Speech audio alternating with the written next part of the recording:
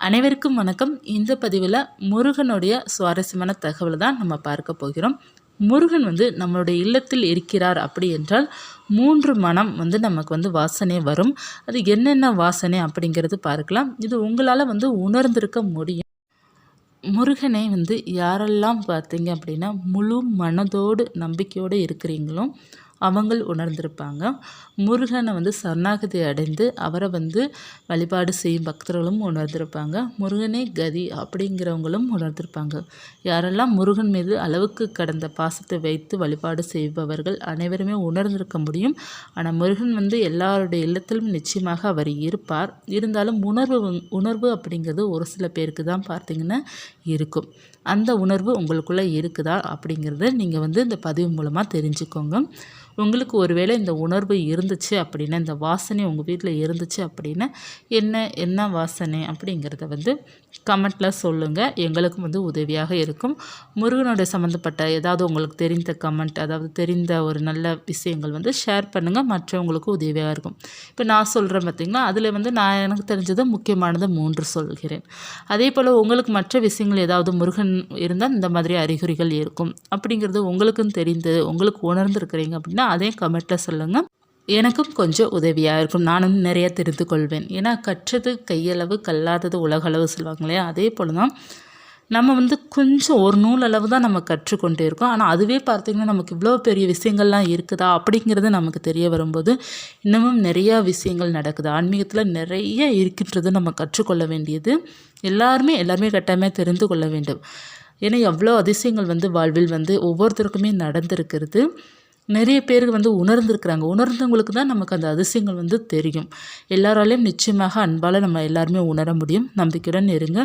முருகன் எப்போதுமே உங்களுடைய இல்லத்தில் உங்களுக்கு ஆசீர்வாதம் பண்ணிட்டு தான் இருப்பார்.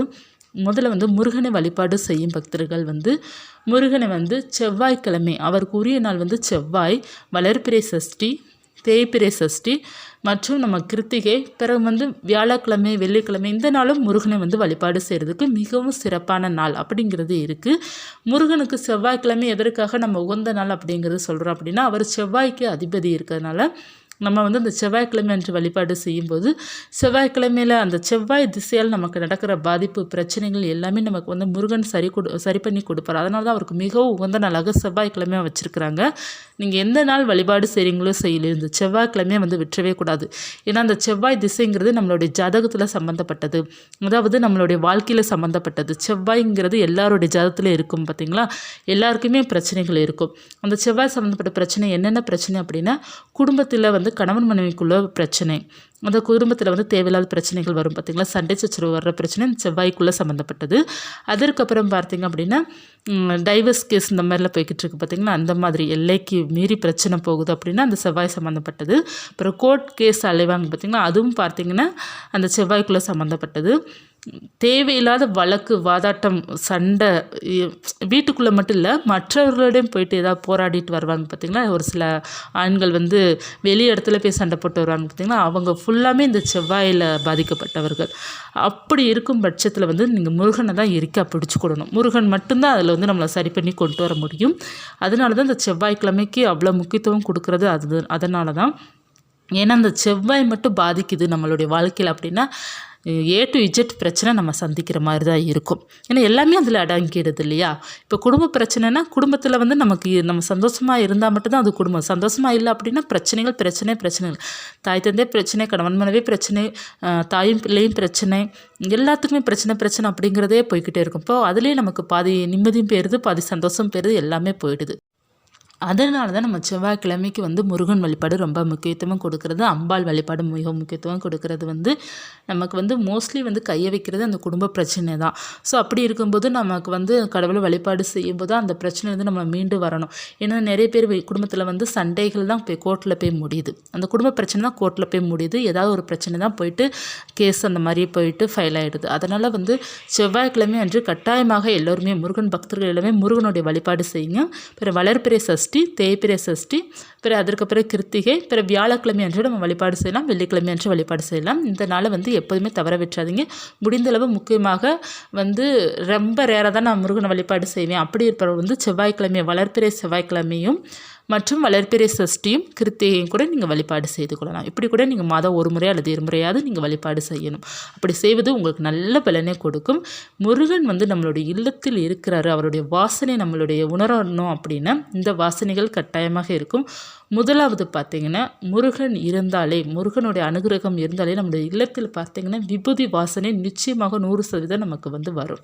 விபூதி வாசனை நமக்கு வந்து செவ்வாய்க்கிழமை என்றோ அல்லது சஷ்டி என்றோ இது மற்ற நாள்கள் நீங்கள் முருகனை நினைக்கும் போது ஏதாவது நினைத்து ஃபீல் பண்ணுவீங்க பார்த்தீங்களா, ஏதாவது ஒரு கவலைகளை நினச்சி நீங்கள் கவலைப்படும் போதோ இந்த வாசனைகளாக இருந்துச்சு அப்படின்னா உங்களுக்கு நிச்சயமாக அந்த முருகனுடைய அனுகிரகம் பரிபூர்ணமாக உங்களுக்கும் உங்களுடைய இல்லத்திற்கும் இருக்குது அப்படிங்கிறத நீங்கள் உணர்ந்து கொள்ளுங்கள்.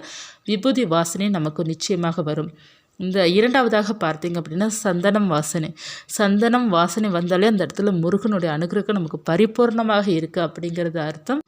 முருகன் இருக்கும் இடத்தில் வந்து சந்தனம் வாசனையும் விபூதி வாசனையும் நிச்சயமாக 100% இல்லை 200% நம்ம வந்து உணர முடியும். நிச்சயமாக உணர முடியும். நம்ம எந்த நேரத்தில் வேண்டுமானாலும் நம்ம உணர முடியும். நம்ம பூஜை பண்ணும்போது நமக்கு விபூதி வாசனையோ அல்லது சந்தனம் வாசனையோ பூக்கள் வாசனையோ வரணும் அப்படிங்கிறது கிடையாது. நம்ம சும்மா நம்ம இரவு நேரத்தில் தூங்கிட்டுருப்போம், நமக்கு வந்து ஒரு வாசனை வரும். கடவுளுடைய நடமாட்டம் அந்த நேரம் இருக்கும்போது நமக்கு வரும். ஏதாவது கவலைகள் இருக்கும்போது, வேதனைகள் இருக்கும்போது, அழுது கொண்டு இருக்கும்போது இந்த ஒரு வாசனை வரும். எல்லாம் கடவுளுடைய வந்து செயல். அது உங்களுக்கு வந்து ஆறுதல் சொல்கிற மாதிரி, உங்களுக்கு வந்து அன்பு காட்டுற மாதிரி வருவாங்க. அந்த நேரத்தில் நமக்கு வந்து உருவம் தான் நம்மக்கிட்ட முன்னாடி வந்து நிற்கணும் அப்படிங்கிறது கிடையாது. ஏதாவது ஒரு வாசனை மூலமோ அல்லது குட்டி பறவைகள் மூலமாக கூட உங்கள் பக்கத்தில் வந்து அமரலாம். உங்கள்கிட்ட இல்லைன்னா மற்ற ஆட்கள் முன்னாடி யாராவது ஒரு உருவத் தோற்றமாக முன்னாடி கூட உங்களுக்கு சடனாக வந்து நிற்கிறது போல் உங்களுக்கு வந்து காட்சி கொடுக்கலாம். அல்லது வேல் அந்த நேம் உங்கள் முன்னாடி வந்து நிற்கலாம். அல்லது வந்து சேவல் உங்கள் முன்னாடி வந்து பறக்கலாம். அல்லது நீங்கள் வந்து இப்போ உட்காந்துருக்குறீங்க, வீட்டு பக்கத்தில் இருக்கிறீங்க அப்படின்னா திடீர்னு பார்த்தீங்கன்னா முருகனுடைய நேம் கூட உங்களுடைய மைண்டில் ஓடிக்கிட்டு இருக்கும்.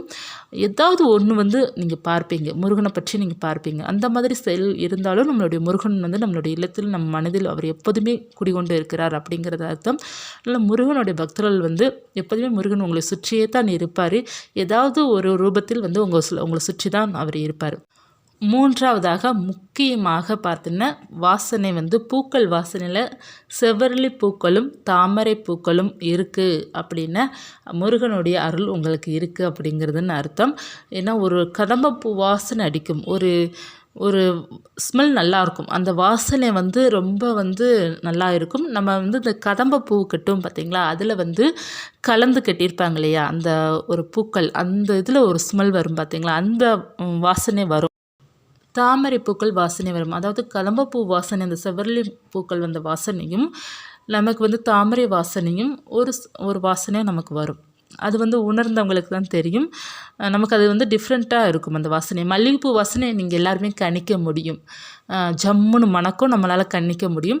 இந்த வாசனை வந்து ரொம்ப ரேர் தான், நம்மளால் கணிக்க முடியாது. ஆனால் வரும்.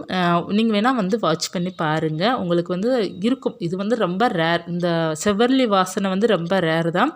ஏன்னா இது வந்து அந்தளவுக்கு சட்டுன்னு நமக்கு வந்து உணர முடியாது. ஏன்னா மல்லிகைப்பூ வாசனை அப்படியே யாரோ அந்த இடத்துல கிராஸ் பண்ணுற மாதிரி ஜம்முன்னு மணக்கிற மாதிரி இருக்கும். இந்த வாசனை வந்து அந்தளவுக்கு உணர முடியாது, ரொம்ப ரேர் தான்.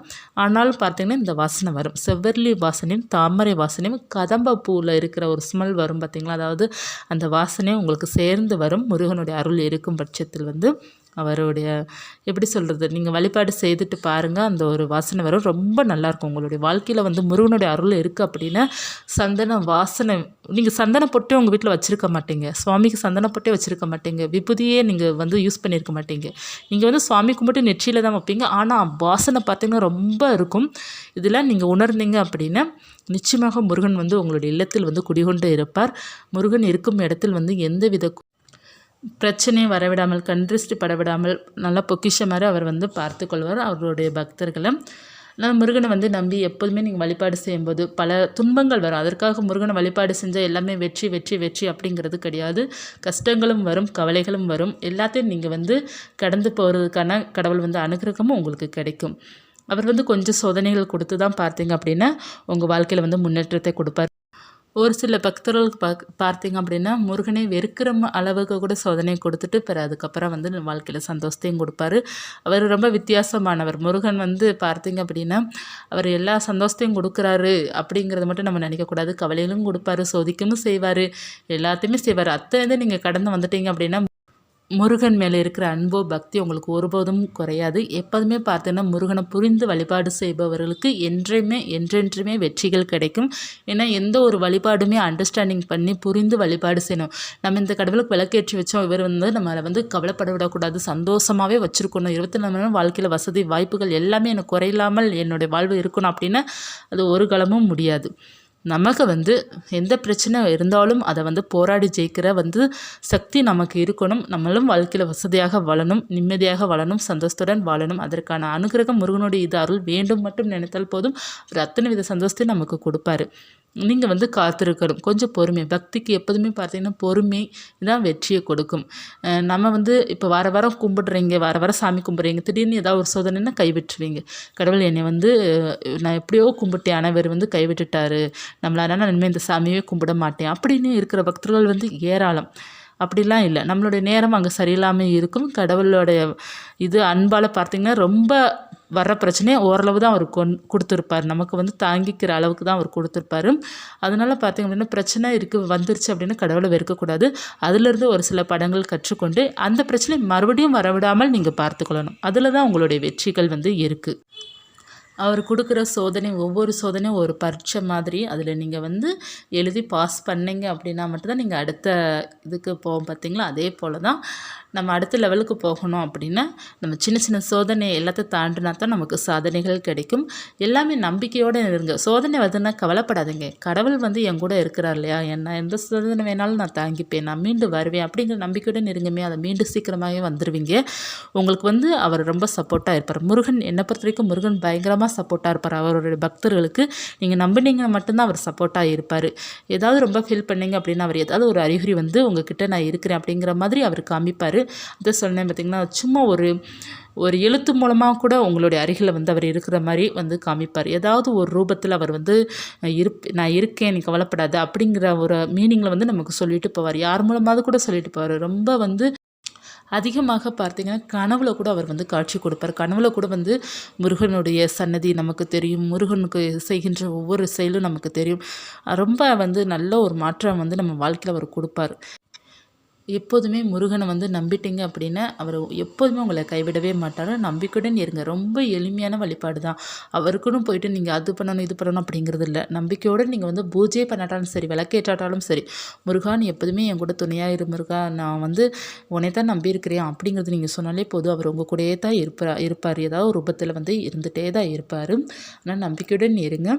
முருகன் வந்து எப்போதுமே உங்களை யாருமே கைவிட மாட்டார். அவருடைய அருளும் அன்பு எப்போதுமே நம்மளுடைய இல்லத்திலும் இருக்கும். அது இந்த மாதிரி அறிகுறிகள்லாம் இருக்குது அப்படின்னா முருகனுடைய அன்பு பார்த்திங்கன்னா பரிபூர்ணமாக நம்மளுடைய இல்லத்தில் வந்து இருப்பதாக 100% அறிகுறி.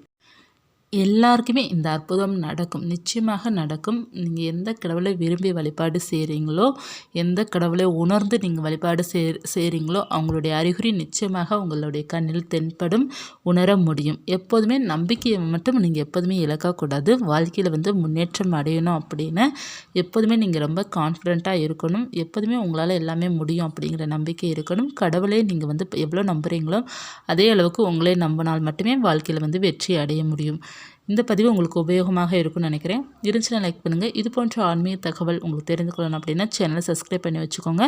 இன்னமும் நம்ம நிறைய சுவாரஸ்யமான தகவல் முருகன் பற்றி, வராகினை பற்றி, நிறைய மற்ற தெய்வங்களை பற்றி எல்லாத்தையும் நம்ம வந்து பார்க்கலாம். மீண்டும் ஒரு தகவலை சந்திக்கிறேன்.